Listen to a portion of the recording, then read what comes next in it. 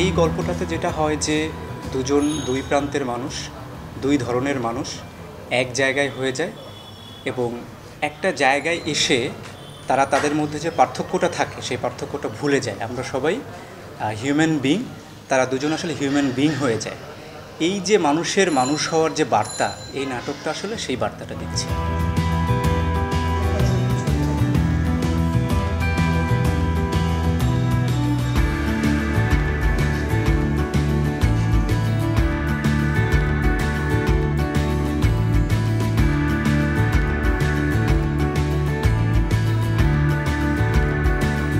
সাংবাদিকতা জীবনে দীর্ঘ সময় যে ডিরেক্টর ইনি শরীফ নাসরুল্লাহ, একসঙ্গে আমরা একই মাঠে কাজ করেছি এবং একই সঙ্গে পাশাপাশি বসে কাজ করেছি।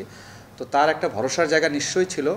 আমাকে বহুদিন ধরে বলছিল যে আমি একটা কাজ করতে চাই, এটা একটু কীভাবে কী করবো একটু ব্যবস্থা করে দেন, মানে একটা গল্প দেন। তাকে 2-3টা গল্প দেই, তার মধ্যে থেকে উনি আমাদের যে প্রযোজক হাসান জুয়েল ভাই, উনি এইটা পছন্দ করেন। কিছুদিন আগে আমাদের দেশে একটা আন্দোলন হয়েছে, বৈষম্য বিরোধী আন্দোলন।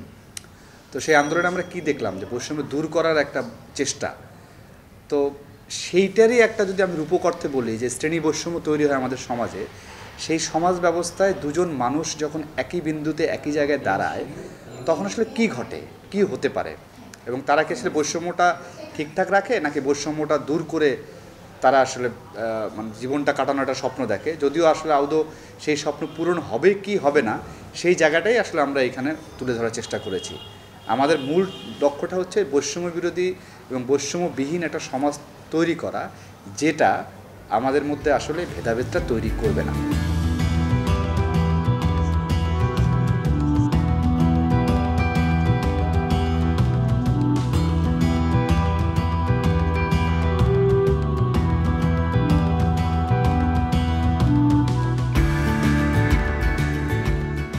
প্রথমত এখানে যে দুজন অ্যাক্টর অ্যাক্ট্রেস অভিনয় করছে, তারা দুজন খুবই ভালো অভিনেতা, আরশ ভাই এবং সুনেরা।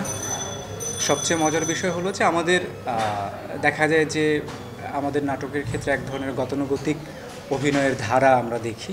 আমরা সেখান থেকে বের হয়ে একটু অন্য ধরনের অভিনয়, একটু ডেপথ, একটু ভেতরের বিষয়, একটু ইমোশনাল, একটু টাচ দেওয়ার চেষ্টা করেছি।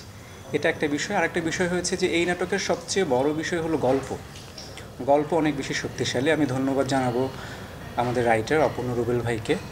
তার সঙ্গে যখন আমার আলাপ হয়, তখন আসলে কিন্তু আমি অ্যাক্টর অ্যাক্ট্রেসও ওভাবে ভাবিনি। আমি আসলে গল্পটা দেখেই পছন্দ করেছি।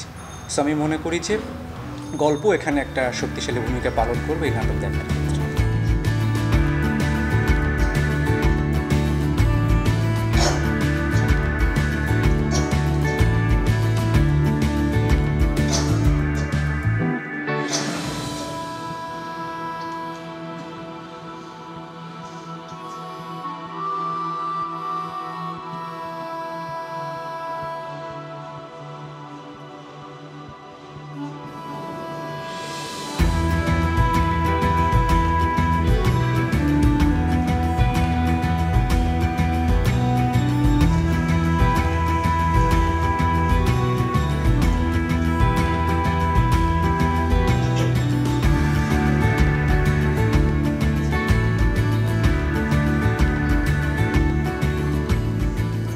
আমাদের গল্পটা হলো দুজন মানুষ, একজন শহরের আর একজন গ্রামের।